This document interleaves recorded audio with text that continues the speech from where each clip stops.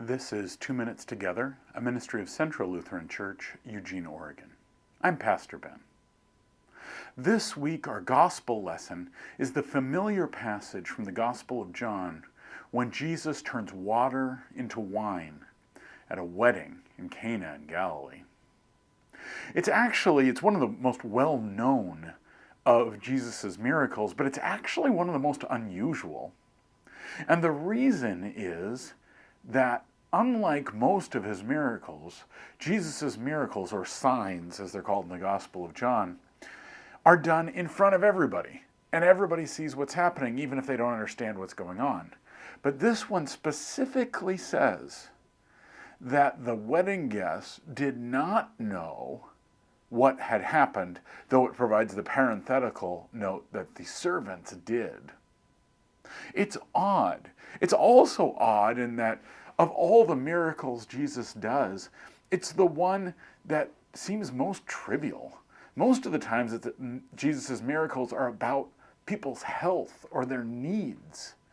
This seems more like, frankly, a parlor trick. That is, well, they were running out of wine and they wanted some more. Well, first is that it was a bigger deal than just they kind of wanted more wine, that it would have been a more than a social faux pas, but a big deal if you were the host of a wedding and didn't have any more. But also, I wonder if those unusual things are meant to tell us something. See, everyone ends up being confounded and confused as to what has happened, except for these servants who we don't hear anything more from. There might be a lesson in that. As you look forward at Jesus' miracles, they reveal Jesus' glory. However, people don't respond the way you might have expected for revealing Jesus' glory. They don't say, "My Lord and my God," like Thomas does at the end of the Gospel of John. Instead, they say they were amazed or confounded.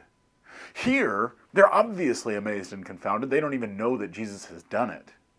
But later on, they do know that Jesus has done it, and it doesn't actually help them in their faith. I wonder if there might be something there for us. How many places and times are we amazed and confounded when we don't know what to make of what's happening? And maybe there's a bit of honesty that's important in the Gospels when they have people respond to Jesus by saying, "I don't know what to make of this."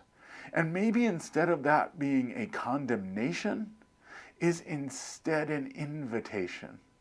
Maybe it's okay for us to say, right now, I don't know what to make of this. Hopefully we know a little more that we can recognize it is in fact Jesus who did this. But maybe there's a lesson in that. Sometimes we don't know. Is this Jesus acting in our life or is it something else?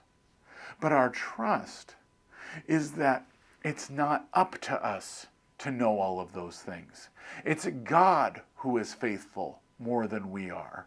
Jesus does turn that water into wine and provides it for us, even if to us it just seems like normal wine. Our lives are in relationship with God, even when we don't know it. This is 2 Minutes Together. I'm Pastor Ben.